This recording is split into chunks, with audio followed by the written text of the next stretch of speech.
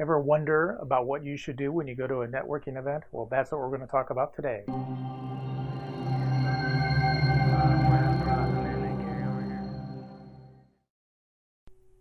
Yes, it is incredibly overwhelming for all of us when we go to networking events as to how we're going to present ourselves, how we're going to come across, how we're going to get what we need from it, how are we going to talk to people, what's the story we're going to tell, how are we going to ever balance all of our plates and our dishes and everything and still be able to smile and talk to people. I personally get overwhelmed and I go to networking events every week, sometimes 3 and 4 a week, and there are days that it's just too much. So a method is needed. So let's talk about what that method is. So we're going to give you the answer right now. So the first thing is that when I'm having a really successful day going to those networking events is that I plan on before I go to the event. And there's a few things that you can take care of. So let's just talk about what it is that you want to do when you go to plan for an event.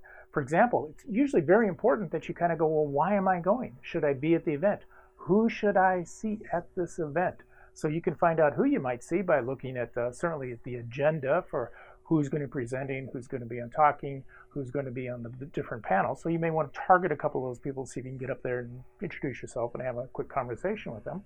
But also, who would be the likely other attendees so that you can make sure that you can say, okay, these are the type of people I want to meet and have a couple that are in mind, or maybe when you show up, you can ask someone, an organizer, for example, say, gosh, I would like to meet this type of a person. Who would you recommend? And then you're going to get an introduction. So a plan is really, really important as to what you're going to say.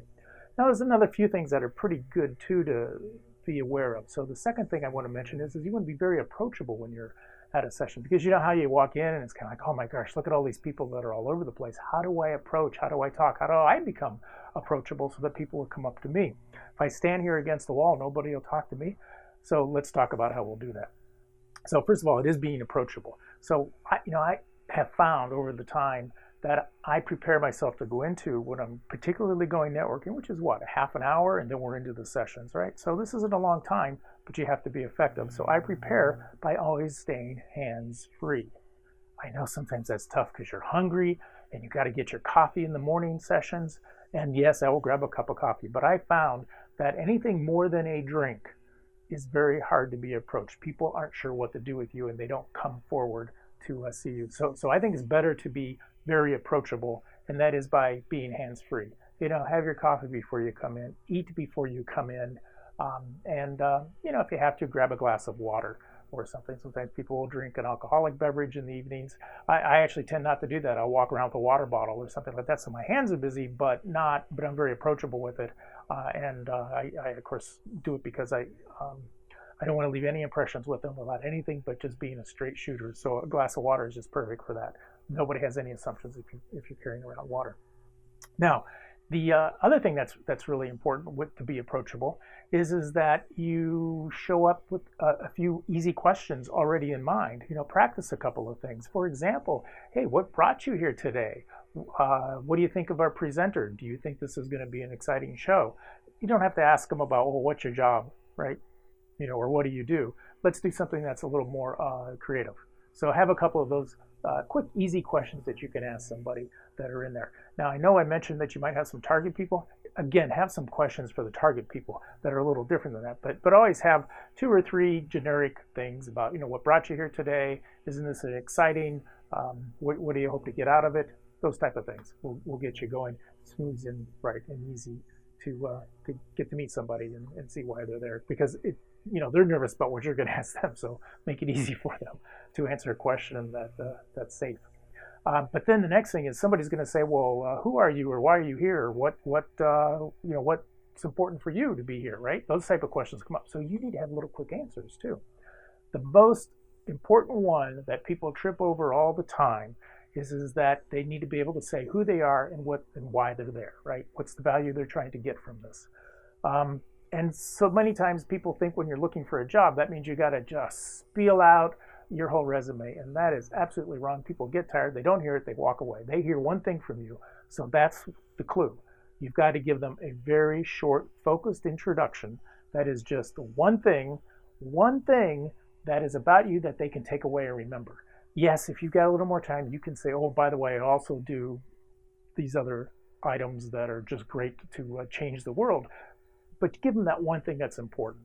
Okay, that you drive acceleration in a company, you make factories run better, you take regulatory affairs and you make it smooth for a pharmaceutical company.